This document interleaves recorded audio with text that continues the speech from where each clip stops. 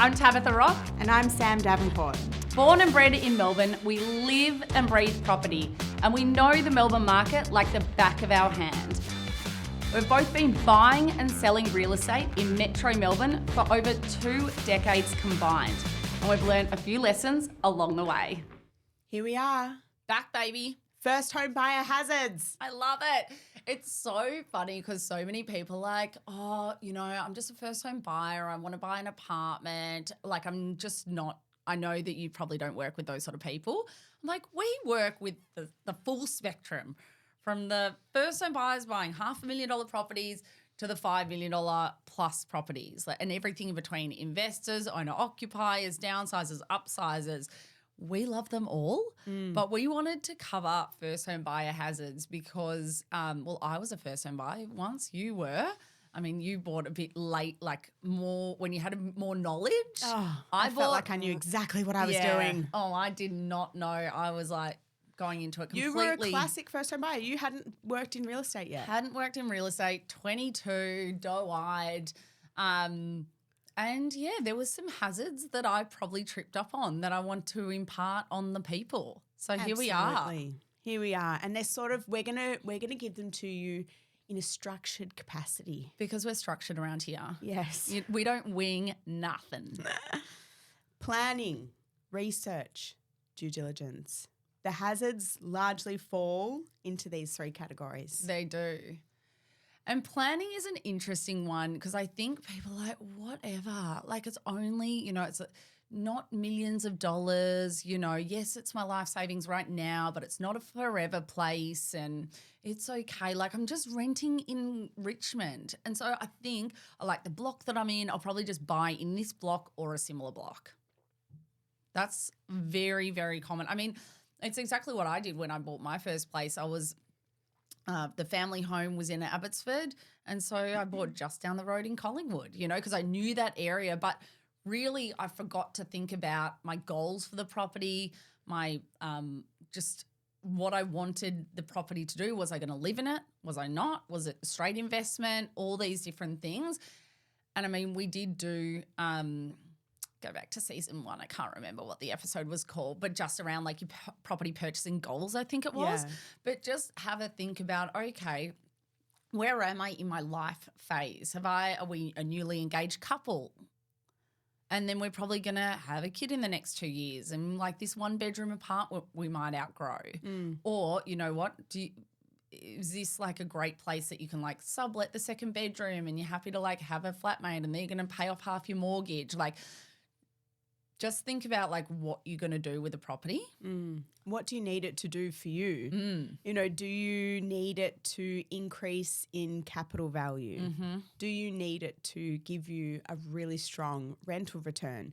Do you need it to give you an opportunity to add your own value? Maybe you're a budding builder. And you want to do a project and add value that way because you can save money on doing the work. What do you need it to do for you? Really setting out that plan. Do you want a no-headache property? Because there's properties that can give you more perceived headaches. Like if you're buying a little house, for instance, as your first home, Victorians, Edwardians, especially the weatherboard, they need maintenance. Like they're not a sit and forget little first home. They will need work. They'll come with a lot of defects. Like, are you okay with that? Are you okay with doing the reno? Yeah. Are you okay with spending every weekend at Bunnings and then outside in your yard dealing with your house? I mean, I want to do that. But a lot of people don't want to do that. They've got other commitments in life. They can't have a high maintenance property. But certainly buying where you rent and not thinking long term is sort of the biggest and first home buyer hazard that we see oftentimes. Yeah, because they just like, they're renting in a block that has a car stacker. They're not too phased about the car stacker going in and out. They don't mind it, so they'll just buy an apartment with a car stacker. But really, when you own in a building that has car stackers, that comes with a lot more problems because the maintenance cost of those stackers and the problems from an ownership perspective are a lot greater than if you're a renter. So you just think more holistically about your search and long term, because you really do need to hold your real estate for minimum 5 years. and have a plan of attack for those 5 years. And obviously, if you are buying an apartment, I mean, you can hold that apartment for 5, 6, 7, 8 years. Yeah. You're unlikely to see very much movement in the capital growth of the property, or just historically, that's what we've seen. So, and a strategy for a lot of first home buyers, and this was what we were sort of encouraging first home buyers to do 5, 6 years ago, was do the move into something a little bit further out for the first year and then flip it into an investment property. But I think even that strategy these days has to be a bit more explored, because being an investor in Victoria is not a sit and forget strategy either. It's a lot more, it's a lot more intense and intensive. So you need to know what you're up for. Yeah. But that's, can be a great option for some people. Yeah. Yeah, absolutely. And once you've sort of really sat down and worked out exactly what your plan is and exactly what your scope of your search is going to be, then now you're into the search phase, obviously, and you're having a look at property, you're physically inspecting it, and you're working out whether or not any individual property is something that you'd like to proceed to purchase. And in doing that, if you do find something that you love, the research phase around that specific property is really critical in just ensuring you're sort of, skipping over the potholes and you're not falling into any of the traps that we often find. As first home buyers, when they do that research phase, there's sort of so much information out there. There's almost analysis paralysis. So you really need to just think about who, because there's property spruikers out there that say that house and land packages for your first home is a great idea. There's people that spruik off the plan is a great idea for your first home. I think people just need to do their own research, make sure they understand the pros and cons of each different option.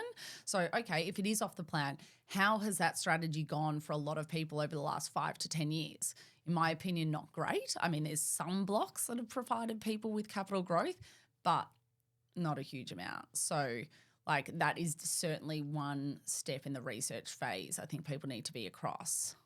Yeah, it could be that some of the off-the-plan properties have provided them with really strong rental return and the buildings are really well maintained and that, the need for the property in that specific area is really strong. And if that matches what you worked out is your need for the property in your planning phase, great. That sort of gives you an in.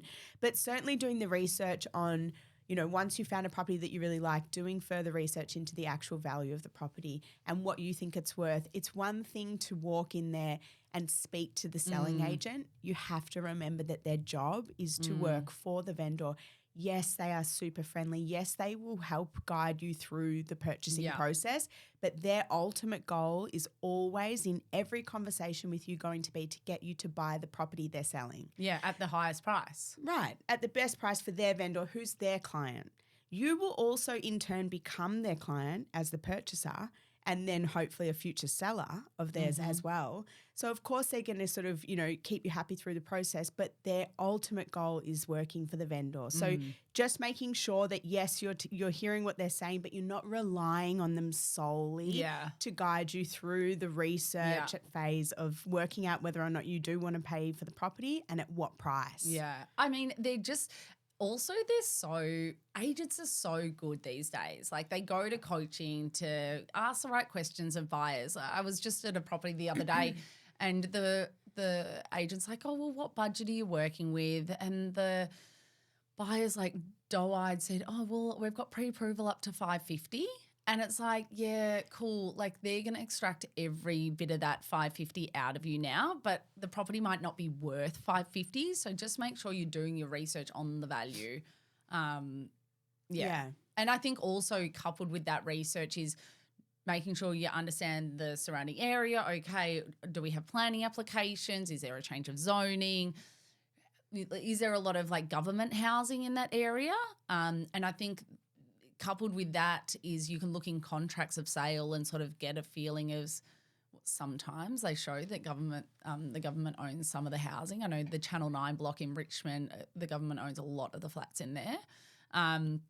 But just make sure you're eyes wide open, doing your research so you know exactly what you're buying and you don't turn around in 2 years' time when there's a massive block going up next to you being like, what the hell, when in fact that application was in a council. You could have known a huge block was going up on that particular corner and you could have just not bought the property. Exactly. And that's part of the due diligence. It's like once you've figured out that you think that property is something that you want to proceed to purchase, running the intensive due diligence, calling council, checking planningalerts.com, making sure you're sort of running that process properly rather than just getting excited and feeling maybe pressured by time frames and then acting on something and thinking, I'll check it later, or I'll do the contract check later, or I've got my cooling off period, I'll do the building inspection during that time, and then actually you can't get access during that time for the building inspection. So making sure you're sort of running your due diligence properly is pretty critical, obviously. So contract review, I think first-time buyers should have a bit of a checklist on each property, like, okay, ticking this. Yep, I've worked out the value of the property. Yep, I've checked council. Yep, I've checked zoning. Yep, I've got the contract and I've done a preliminary check of it. Because another flag is, like, it might be a different strata, not the normal strata title. It might be a different title, so you need to be across that. There's a lot of hazards for first-home buyers, but just there's so much research out there. Obviously, we love working with first-home buyers just for the fact that we feel like we're giving them a university degree in how to buy real estate for the rest of their lives, and like the knowledge they'll get with working with us for that first purchase, because it's a large investment working with us, but that will stand the test of time, and they'll just be, rinse and repeat for every purchase they make after that one. Yeah, if they don't use us again. Exactly right. I mean, in the due diligence phase, getting the contract checked and, prior to sort of just flicking it out to your conveyancer who, possibly has received a few from you, and you don't even end up proceeding to bid or negotiations or anything like that, nothing to do with the contract review, but just in your decision-making process. So sometimes, particularly if you're paying for a contract review, you just want to do a little bit of due diligence prior to going to that level. So if you are buying in an apartment building or anything with an owner's corporation, reading through that certificate, yes, the contract as a whole is very overwhelming. Like it is. It just is. And we obviously know what to look for in a contract and what to skim past and what to really dive deep in on. But certainly owners corporation certificates and AGM minutes, so annual general meeting minutes, just having a look, what is the discussion? Because it will tell you everything you need to know about that block.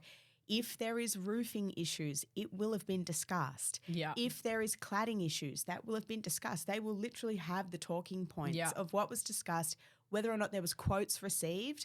This is the price of the quotes. This is how we're going to organise the payments. Yeah. Or they'll show these are all our issues, but we have no plan to proceed with anything, which is an issue in itself. Yeah. So you'll get a very detailed overview of the building as a whole just by reading those minutes. And I would say like 20 or 30% of the time, we don't proceed to any of the next steps after reading those minutes because we see that there's obviously you can imagine, on a house, new roof on a house is going to cost what? I don't know, 40 grand, 60 grand, depending on the size. Yeah. Depending on the size. 100 grand. Depending on the size. But, and new roof, it might be able to be patched, whatever the story is. But on a building, that's a very different cost. If you've got lifts that need being reinstalled or just managed in general, car stacker issues, hundreds of thousands of dollars worth of work for car stacker problems, and that falls on the owners. Yeah. Well, it's funny though, a lot of people I speak to are really nervous about getting involved with a body corporate, and I can understand that. But some, like especially when you've only got a few apartments or a few villa units or a few townhouses in a block, they're actually not too bad. Like they pay for a bit of public liability insurance, bit of building insurance, and it's nothing to be sort of worried about. So don't be put off if properties have a body corporate. No, it's just sort of like another annual cost. But then you don't have to pay for building insurance. Oh, absolutely. It's again working out in the planning process of what you're going to buy and why. I just bought for a first home buyer who lives half of the year overseas for work and half of the year she comes back. And we bought in a beautiful little block, 8 apartments in the block in Elwood. And that building, when you read through the body corp minutes of that building, it's beautiful. It's gorgeous what's happening in there. You know, at their most recent meeting, they had all 8 owners there, which is unheard of. Never see that. And in a scenario where maybe you want to be a little more incognito or you want to be a little more left alone, perhaps that's not the right environment for you, because that to me says they're all about the business of each other. They all know what's going on in that building, you know. But for my buyer, she's not going to be there. So the fact that any minor little issue is going to be picked up by 7 other people and managed on her behalf is ideal. So it's like really depends on what you want. And again, that's why getting that sort of planning process in place first is really critical, because, you know, when you see it, you think, that's what I want. That's what I need. That's ideal for me. I mean, I would say an active owners corporation and like lots of people attending the AGM is a good thing. Definitely. Like I never see that as a bad thing. Oh, yeah. And like for example, they didn't have, and this is again, understanding the detail of what you're really looking at. They didn't have any money in the sinking fund, but they had recently spent a lot of money on, you know, bits and pieces around the building.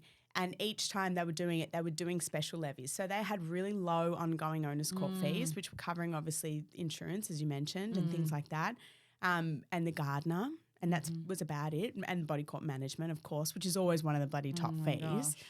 And then any other works that were needing to be done were being put through as special levies. And you could tell that was obviously just an agreement that they'd all made. The game plan. That was the plan? Well, I'm not a fan of that. I'm a fan of give me higher consistent fees, have a great slush fund there. If anything, you know, rainy day fund, if anything goes wrong, we've got a kitty of money there. I guess the one thing is if you are planning on selling it, you're sort of contributing money to a property you may not have ownership in a few years. Yeah. But, I mean, I did that at the first flat that I bought. I was like, right, fees are going up. We need more money in the maintenance fund. I think that's personally a really good idea. And I think every first home buyer that buys an apartment should be active in their body corporate. They should be in and around. It's up to you. It's up to you to make sure what you've bought is going to do well. Yeah, you know? and stay on track. Yeah, you've got a vested interest. Get to the meeting. Be the chairperson if you need to be. Exactly. F, marry, kill? Yeah. I feel like there's so many hazards, but have we covered them all? I think we haven't covered them all. No, but we've those touched are on a three few good categories for people to sort of stay across. And I think if you are a first home buyer and you are listening and you're thinking, oh wait, hold on, I need more. Our first season, we've got episodes around setting the scope, setting the plan of attack, running due diligence on any given property. We've got detailed episodes on each point. True. And or give us a buzz and let's have a coffee and we can have a quick chat. We don't bite, we promise. Well, okay, give it to me, Sam. All right. Marry, kill. F, marry, kill. Okay, first, based on first home buyer hazards, obviously. Okay. Buying an apartment with amazing views. Okay. Only to be built out the following year. Oof. You missed the planning permit approval that had been lodged at council when you bought it. So you missed that. That's your hazard. On me. You buy your dream apartment, but your body corporate fees double within the first few months of ownership. Special levy for planned works that you missed in the contract. So it already outlined that there was planned works, but you just missed it. Mm-hmm. Or you buy a residential house at auction unknowingly in a commercial zoned area, which causes financial problems pre-settlement. Oh, golly, this is painful. Okay, I'm definitely marrying my dream apartment with some levies. You know what? Short-term pain for long-term gain. It's the dream apartment. Oh, to be honest, I think I'm effing the commercial property because I don't know, I'll beg, borrow and steal and get that finance sorted. And like, you know, sometimes if I thought about the plan and why I'm buying this property, sometimes buying in a commercial area is half the reason why I bought the place. Like you can do different development on that site. And then, I'm killing off the place that's blocked my views. No, thank you. I need that sweet natural light. Yeah, I know. And I think just to be different, because I'm line ball, I'm probably the same as you, but I would probably marry the residential house in the commercial zone area. Okay. Mainly because it's a house. So I'm buying a house. That's where I want to be. That's true. So I've bought the house. How are you getting the money though for settlement? Beg, borrow, steal.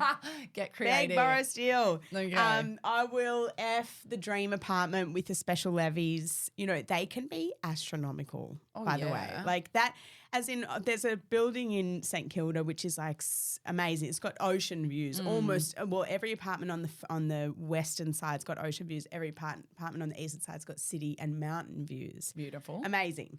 And 1970s big apartments, incredible. But that almost needs to be rebuilt. It's got that many problems going on. No. And it's like they don't know where to start and what to do, and the price is just going up and up and up. Anyway, but I'll F that because it's my dream apartment, like you said. And definitely killing the amazing views being built out. I'll tell you, you've paid for that view. Yeah. You have so absolutely true. bought the view. And, you know, back in the day, we would tell people you can never own a view unless it's park or sea, and there's nothing in between you. Yes. But otherwise, you can't own the view. You don't own the sky in front of you. Anyway. Very true. Love it. Love your work, Sam. Another fab app.